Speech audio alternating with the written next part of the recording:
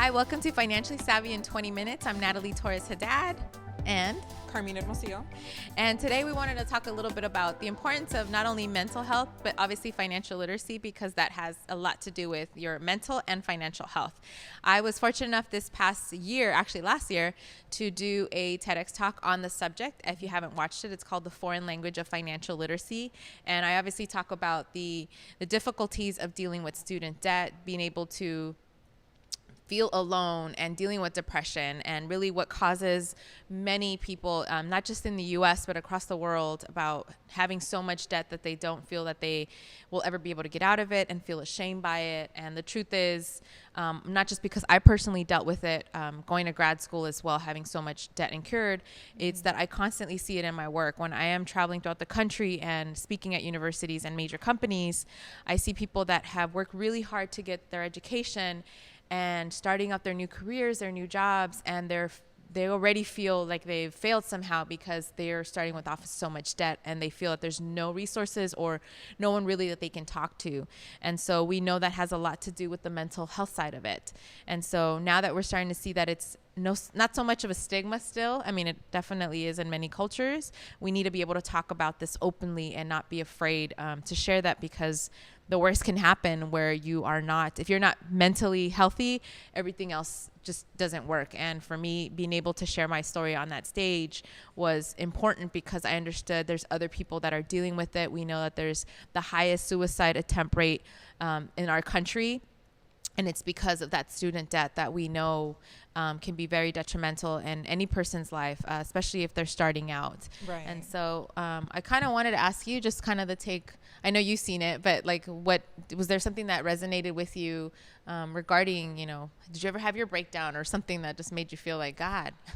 Well, yeah, definitely. I always kind of take a breath when I talk about this topic because for me, it was periods up and down where I didn't have a job, off and on, and I still had responsibility of paying off my student loans or having to pay a credit card payment, but I wasn't working. So definitely took a toll on me. There was one standout moment for me where I had to make a decision whether to pay my credit card bill, which was already like 2 months past due, or to make a car payment. And at the time I was using my car to make money. So at that point I had already had layered and layered of like this trauma and this like just emotion inside of me where I couldn't take it. And if you've had financial stress or stayed up about money issues, you have that feeling where you're like grinding your teeth at night and you wake up and your jaw hurts and you're like, what's going on? Yes. That happened to me, and along with many other things, but I soon realized that it was because, of money. Right. And so I had to make a decision. It was either my mental health or make a credit card payment. And at the time, I think I was over the balance about $300 or so. Okay. But making the payment wasn't going to help me because the next month I didn't have the money either to make a payment. So at that moment, I made the decision, you know what? I'm going to have to not make any more payments on my credit cards. I know it's going to hurt me on my credit score. But right now I need to have like my sanity back. Right. So I made the decision like not to pay those credit cards. I knew working from the banking industry that eventually it was going to go to third-party collections, and I kind of knew the process. And I was okay with that because I needed, my sanity back. Yeah, and I think that's the difficult part. I mean, we can joke around and just kind of like, oh yeah, this is what I went through, and oh yeah, I had a breakdown.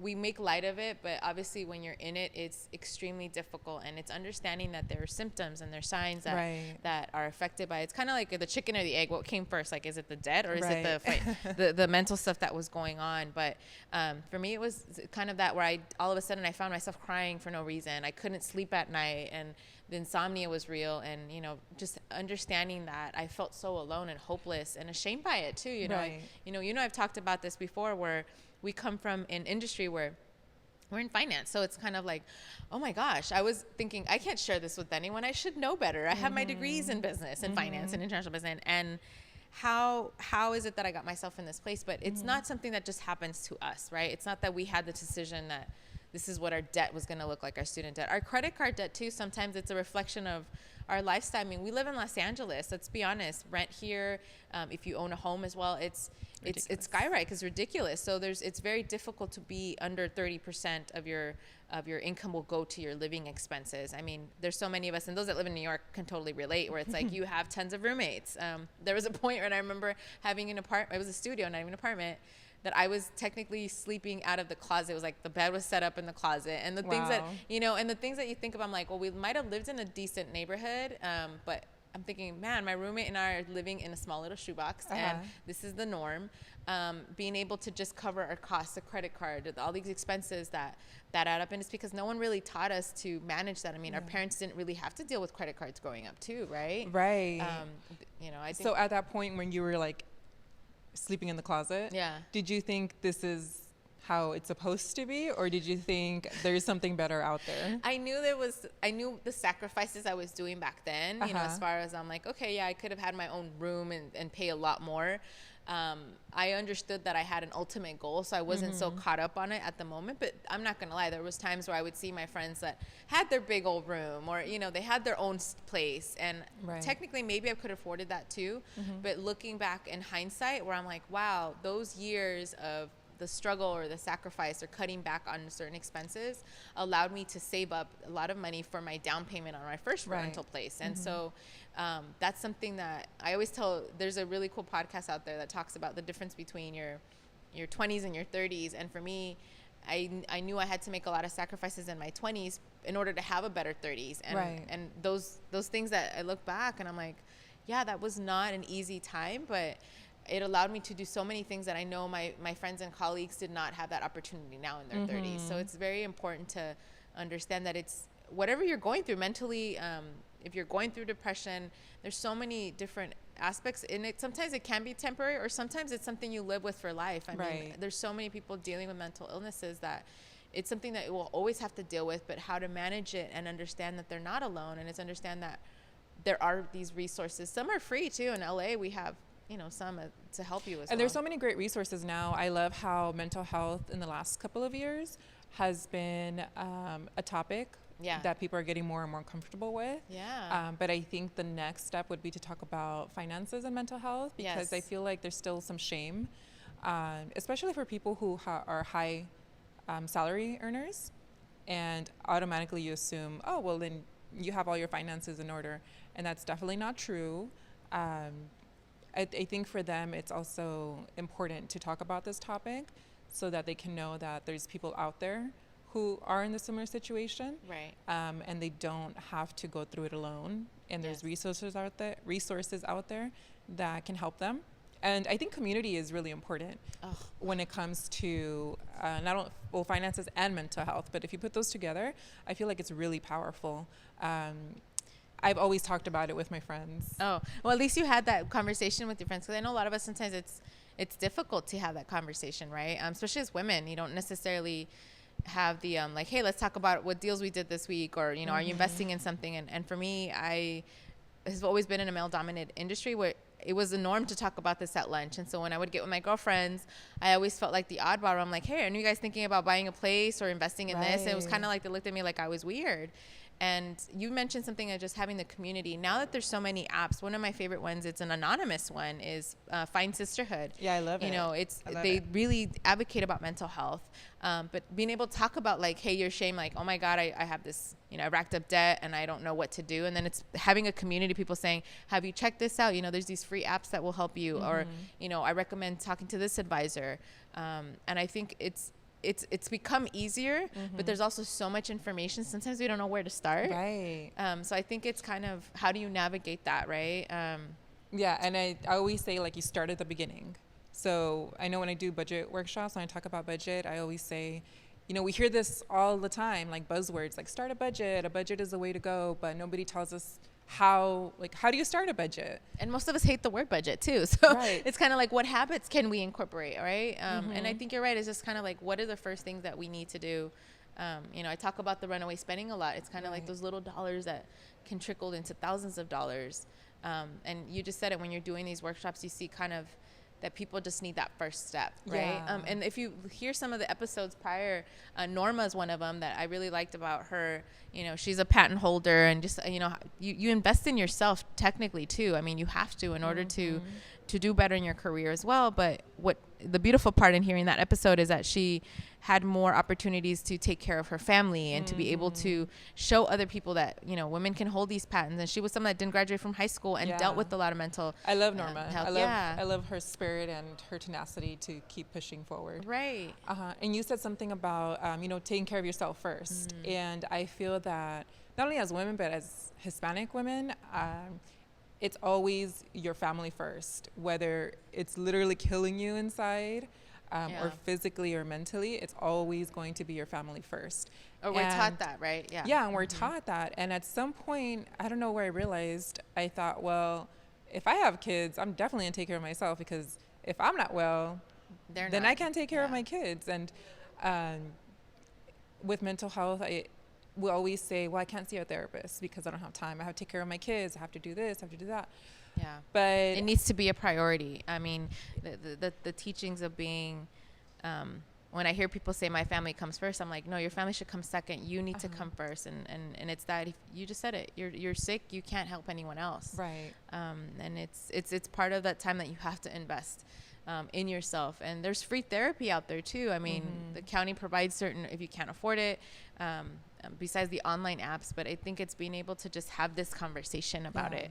And when it comes to credit card debt or student debt, there are a lot of companies that are becoming more conscious about it. And that's partly a lot of the workshops. It's like, it's great when I see companies invest in their employees, the self-development that comes with that. It's because they know that it's a real issue that many people are dealing with. And it's, you know, and I think the workplace is incorporating some of the budgeting workshops, because they know that having debt, the employees having a lot of debt, is an added financial stress, which then is going to hurt the company's bottom line. Because, you know, if you're having a lot of debt issues, a lot of stress issues, then you're not showing up to work, you're taking more days off, you're not as proactive at work.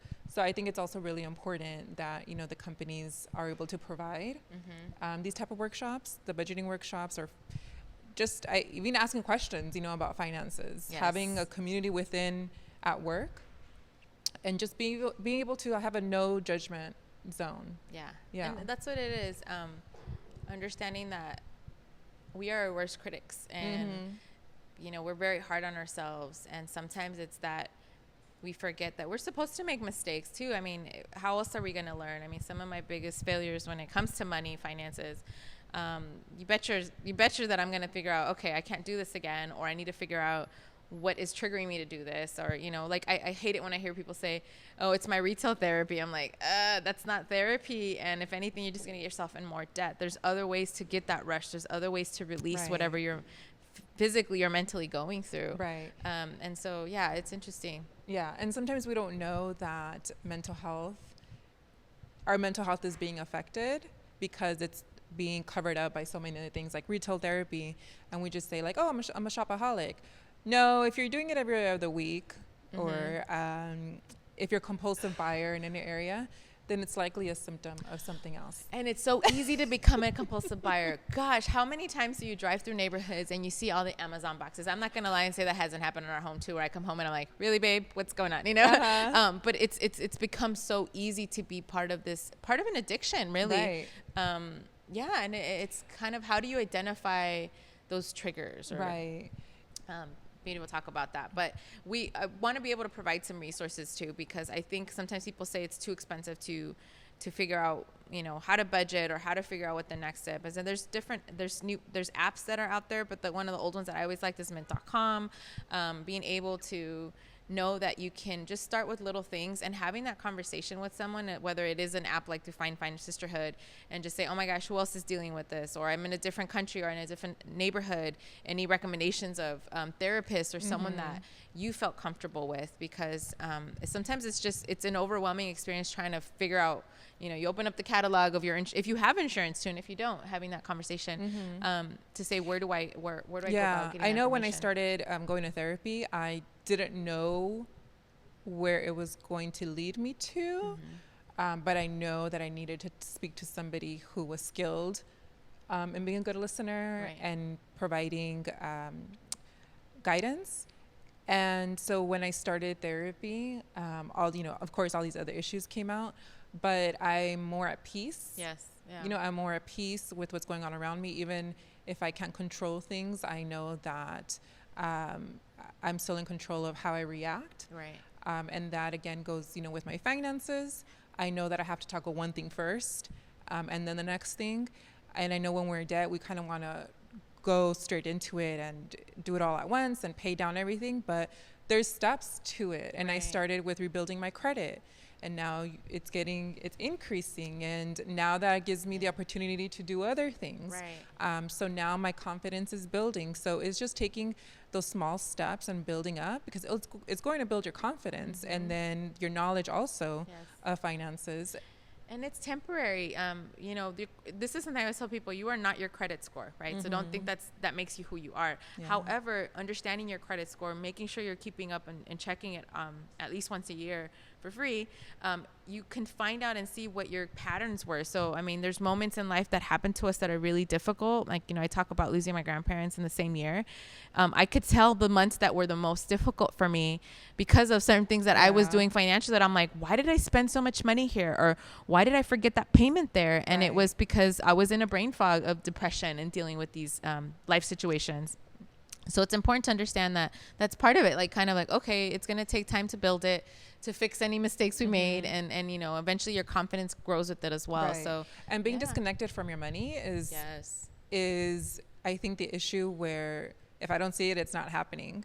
I just saw an interview where she's actually our friend, Melanie. Oh, yeah. She saw Dear Debt Melanie Lockhart, love her. Yes. She's the founder of Lola Retreats throughout the country. Yes, she's awesome. I think she opened up an app. She saw something. I think she went to her checking account. She saw a balance that was due.